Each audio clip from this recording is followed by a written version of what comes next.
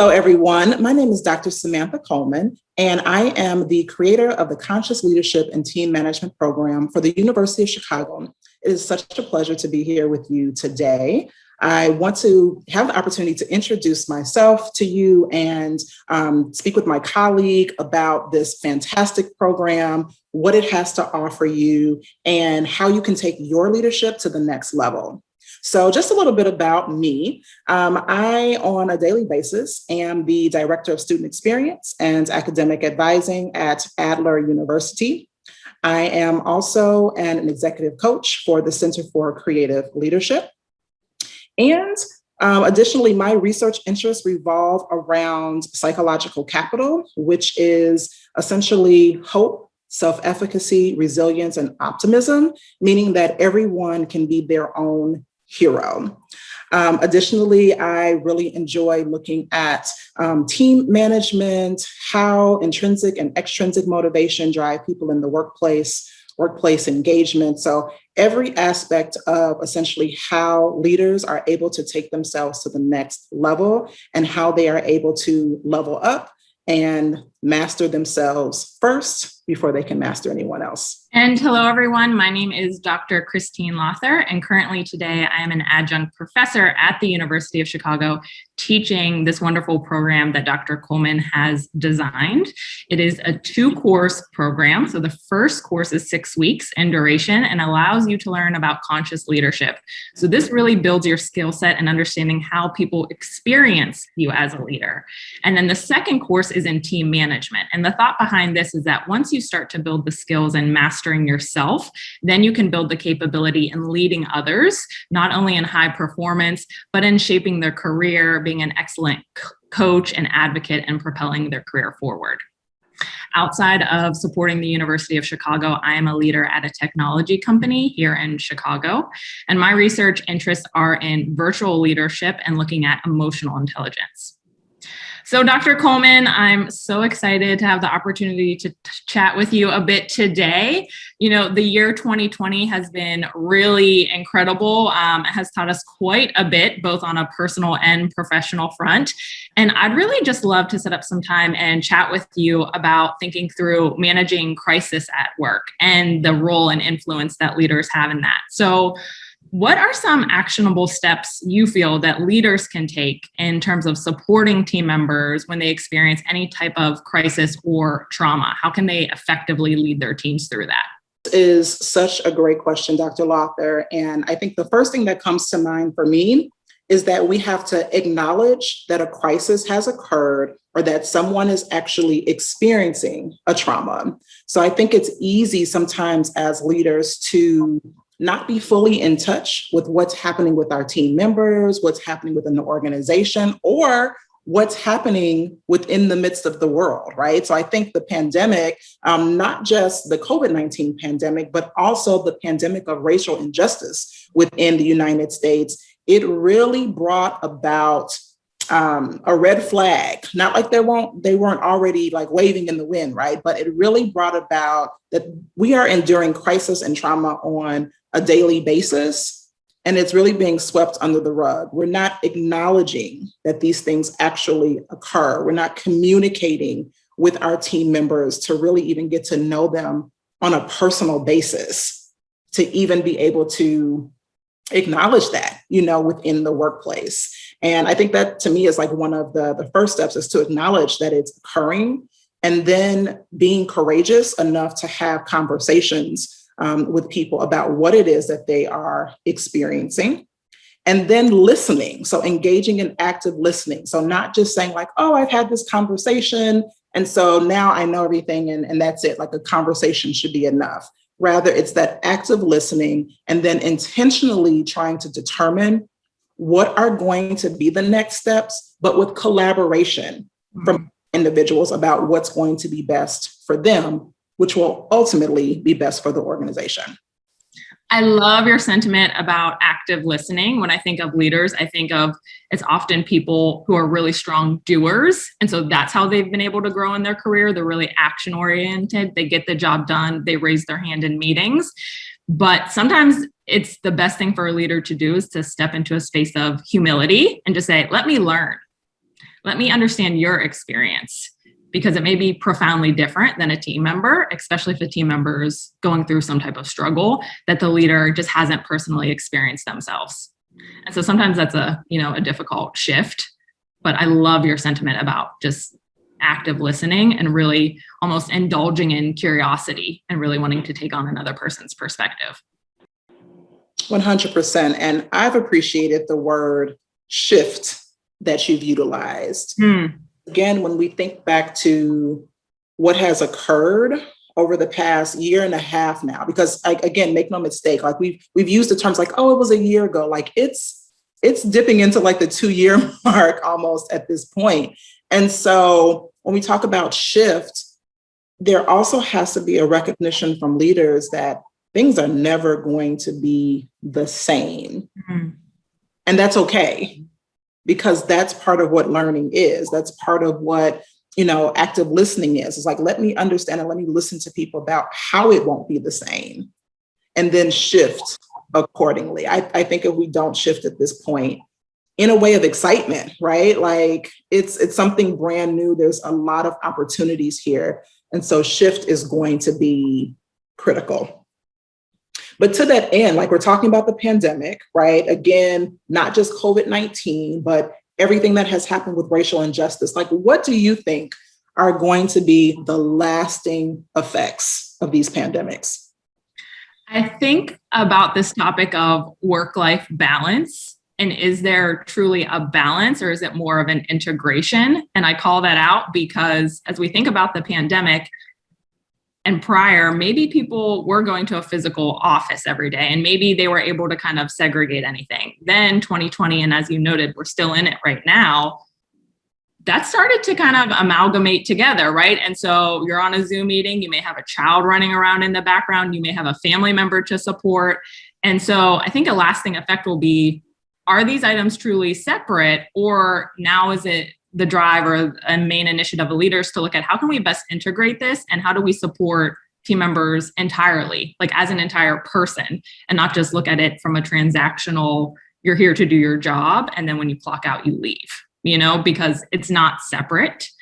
I fully believe people take themselves wherever they go. So if there's something happening in your personal life, absolutely, it will bleed in some component into your professional life. That's so true. So true. Like, we have to be okay with the fact that our personal bleeds into our professional and vice versa, right? And it's been really brought to light now with our experiences over the past year and some change. So you brought up the word of balance. Do you believe that we can actually strike a balance now? Is that like goal?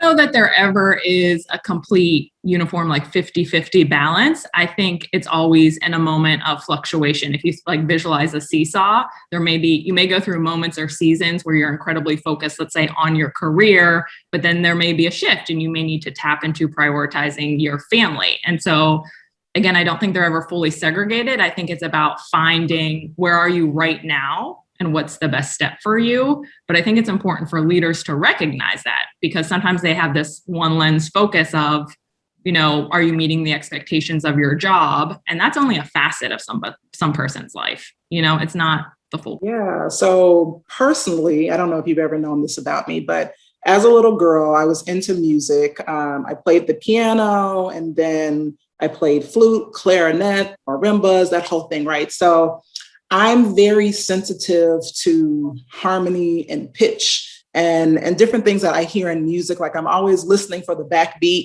in a song. And so I wonder, have you heard of this concept called work-life harmony? And so it's different from balance. So I think a lot of times, especially women, right, we get to a place where we feel guilty if we are not completely in balance. So work, life, like everything has to be, going perfectly. But for anyone that is watching this video, I would want them to take in consideration everything about what you said as it relates to integration, but to think about things in terms of harmony. So for instance, you may have work, you also have family life, you also have hobbies and other things that you are interested in. And frankly, it is impossible to give everything a balance, right? So like there is no 50-50. But let's say, for instance, that you're able to give work 50%, your personal life 25%, and your hobbies 25%. But what if you show up to each of those domains 100%? Mm-hmm. So not guilting yourself into, I haven't achieved balance, but whether or not am I in harmony? And I think one of the things for leaders now, one of the effects of this is whether or not we can recognize whether or not our teams, our leaders themselves are in harmony with themselves, right? And can also recognize that and build that up within their organization. I love that sentiment of harmony. And I'd be curious to know your thoughts on what are some ways that leaders can actually hold themselves accountable to assessing their employee needs so that it's not just 100%, let's say, on an individual contributor, but a leader also has kind of a stake in the ground of wanting to support this concept of harmony. Yeah, so I think it goes back to that effective communication, as well as being very clear about expectations and then adjusting those expectations. So I think what we might have wanted or expected or our standards previously, right? We recognize that perhaps they need to shift, as you so stated. And then from there, are we talking to our stakeholders about what that means? Are we providing them feedback, positive and challenging?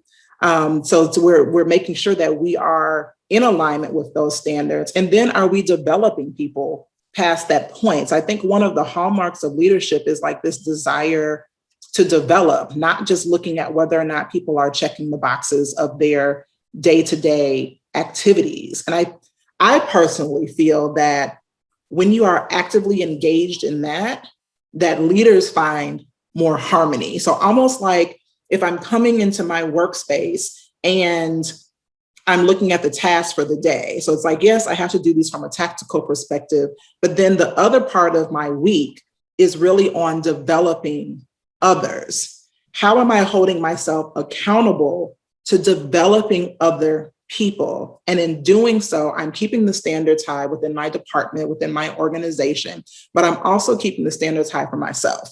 So it's like you can't develop someone else without developing yourself by default. I mean, we teach. So it's like every time we teach content over and over again, like we get a different understanding of it, we're teaching ourselves too. I love that. That's a wonderful perspective. Another thing I was immediately thinking of is the importance of demonstrating appreciation. So what's really interesting is that so many people, I think the pandemic, and as we think about racial and social injustice, it's really causing people to reflect on themselves and their life and say, am I happy? What am I doing? You know, is this position serving me? Do I feel a sense of purpose? And I recently read an article and it was saying about 1 of every 4 Americans is now questioning their career. And as you think about turnover and changing, I think about a leader really supporting the needs of their staff is also taking the time to demonstrate and just show appreciation for what they do and get out of a purely transactional dynamic and say, I appreciate your effort today. You know, today may have been a hard day, but you showed up. Or I appreciate that you're willing to be flexible during a challenging time. I think that can go a tremendous way. And it's really important to not only focus on who an individual is today, but also show them just praise and support along their journey. I love that.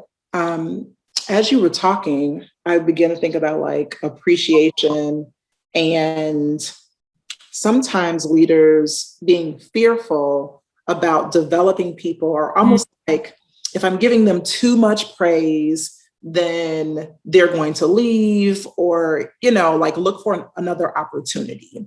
So my question for you would be, what are your thoughts on giving appreciation, praising, supporting, and being okay as a leader if that individual is in a place in their lives at this point where they need to explore another opportunity? I've certainly heard and experienced this concept of like hoarding talent. If somebody's really phenomenal, the leader wants to keep them. But I'd actually argue that a sign of a good leader is having staff outgrow them. People should be evolving. People should not. And as we think about just our culture today, somebody is not staying in one job and one role for their entire career and then retiring, right? At least they're evolving in an organization and they're expanding their career set. And I would argue that if we have an employee and they're purely stagnant and there's no evolution and no growth, then is that a flag of the leader? What is the leader doing? Because I believe a hallmark of strong leadership is supporting and uplifting your staff. That is definitely a blind spot. Like that's something that we talk about within the certificate program as well, which is that a leadership blind spot, thinking that someone is irreplaceable? They are. And it's okay for someone to move on to the next level. And I really like what you said, like that's the hallmark of good leadership. And how I also like to think of it as well is that if my team is progressing, if they're doing what they need to do, then ideally there is an opportunity within my organization for growth because that sort of leadership is being acknowledged, or there's not an opportunity within my organization, and therefore I should be seeking out another opportunity that is in alignment with my knowledge, skills, and abilities and talents and everything else that comes into play. Like the fear aspect, I think, comes in with leaders and employees, right? In terms of like really getting in tune with what they want. And this year has definitely allowed for people to get more in touch with themselves, which, to the point about your article, people are making that great escape.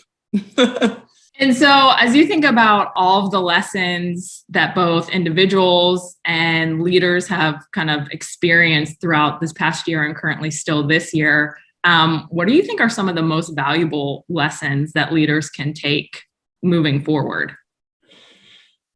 Yeah, I feel like there's so many. I always like to start with the individual first.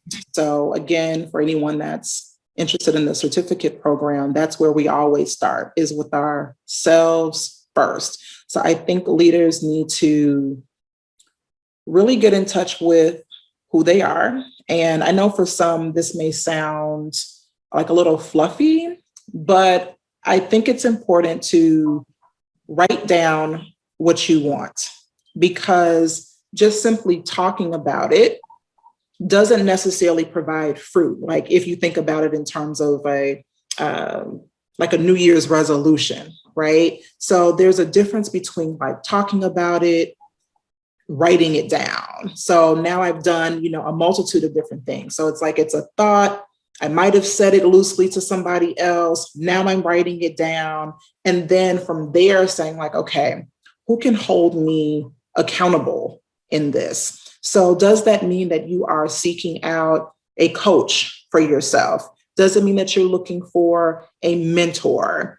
In some ways, are you potentially looking for a therapist, or all of the above, right? So I think that also when we talk about trauma and crisis, we definitely cannot omit the fact that there are personal ramifications for those things. So you might need a little smorgasbord of support, if you will, in order to get you to the place of even identifying who you are. I think another valuable lesson from the pandemic is that at the end of the day, we're all human beings. So regardless of your title, regardless of who you manage, how you work, what your salary is, this was an eye-opener that we are all the same. And in that knowledge, it's important to treat people with dignity and respect. There's a lot of stuff that I can go into, but I want to hear some of your thoughts too, and perhaps we can dig a little bit deeper. Another lesson that I immediately think of is stepping into a place of uncertainty and almost being okay with that. So again, I think often leaders people look to them and say, what is the answer? What are we doing? How does it look to work virtually? And sometimes leaders feel, oh my gosh, I have to respond. I have to type my message. I have to reply to that email. And you may not know. And I think it's okay to stand in a place of vulnerability and say, I may not actually have the right answer. This is what I'm thinking about trying. What's your perspective? Poke some holes in what I'm kind of brainstorming how we approach this, and just embracing that uncertainty. You mentioned fear earlier on, and I think that's absolutely real. Everyone, our brains want to keep us safe and we want to keep us protected, and just surviving day to day. And when you are, so many norms are kind of threatened in a certain way, it can be really alarming to you.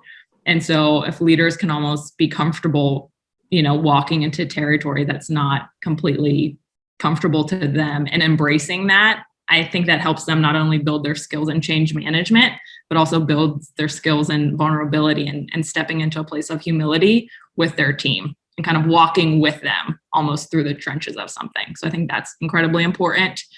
I also think it'll be really important for leaders in the future to think about, how do I actually connect with my staff on a genuine level and get out of just superficiality?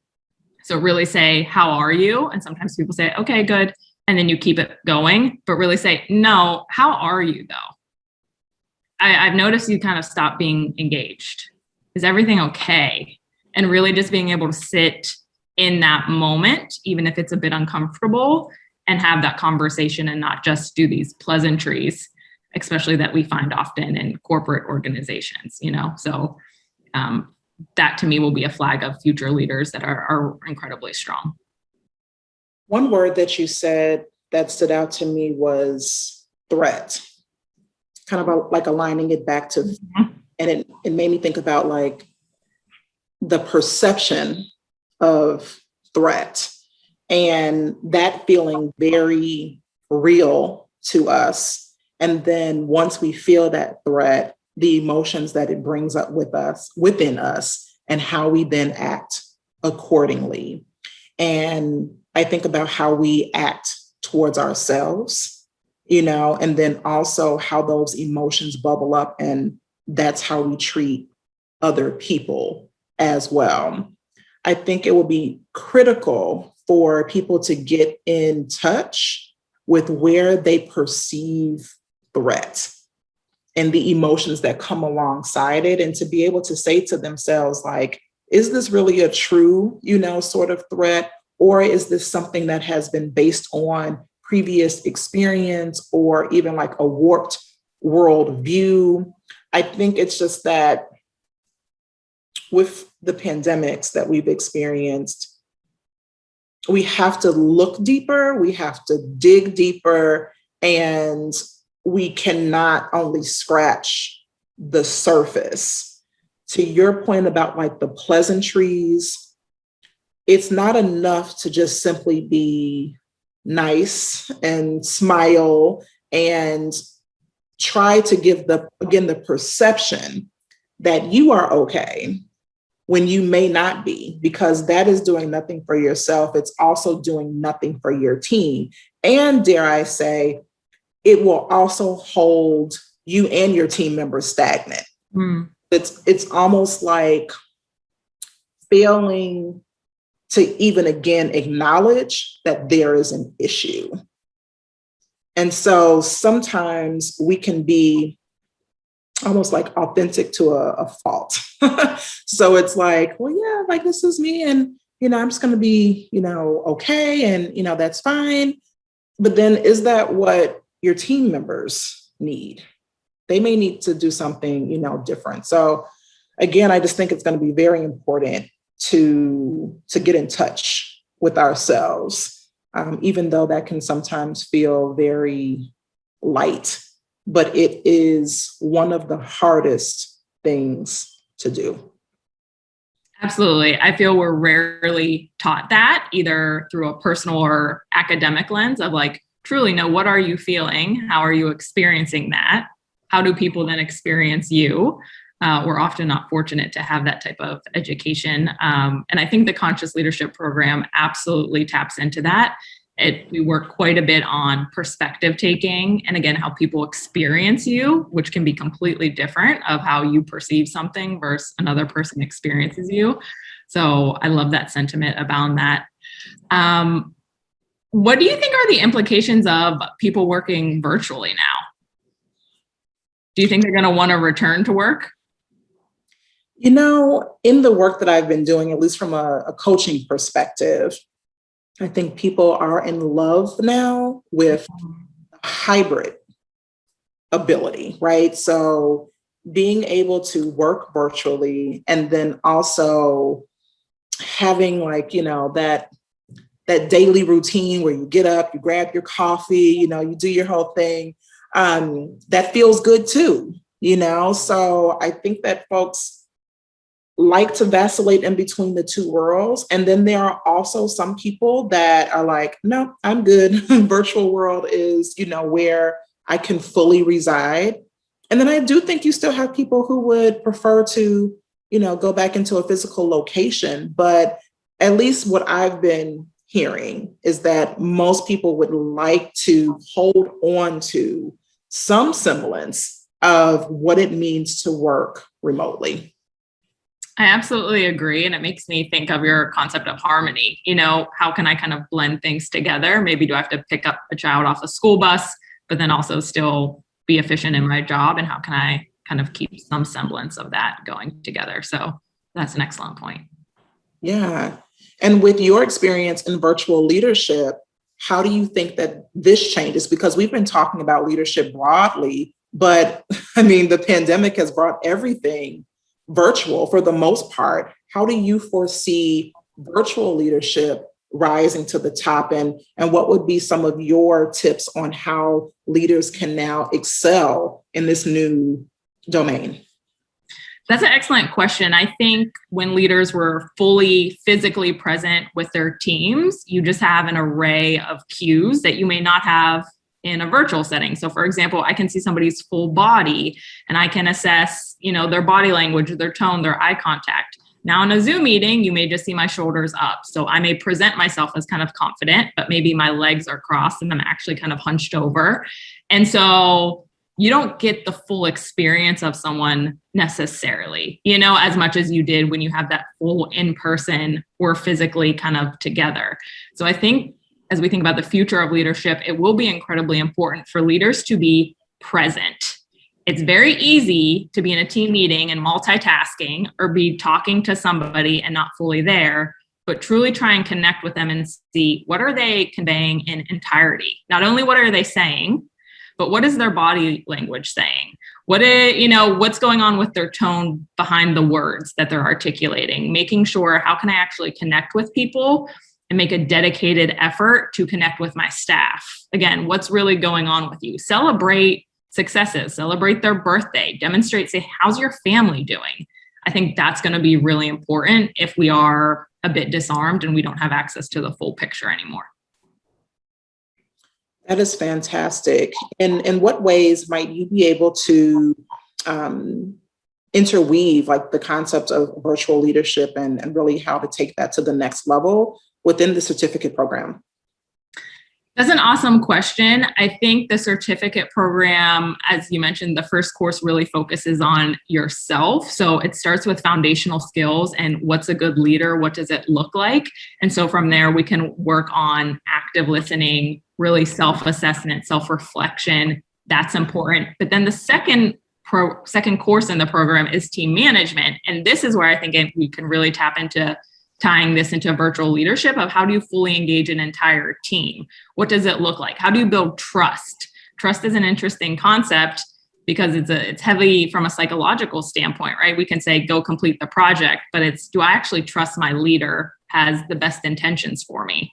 And so I think the program acts as an excellent foundation in building those skills. Well, Dr. Lawther, this has been a fantastic conversation. I always love chit-chatting with you. And I hope anyone that is viewing this video will really consider the Conscious Leadership and Team Management Certificate Program.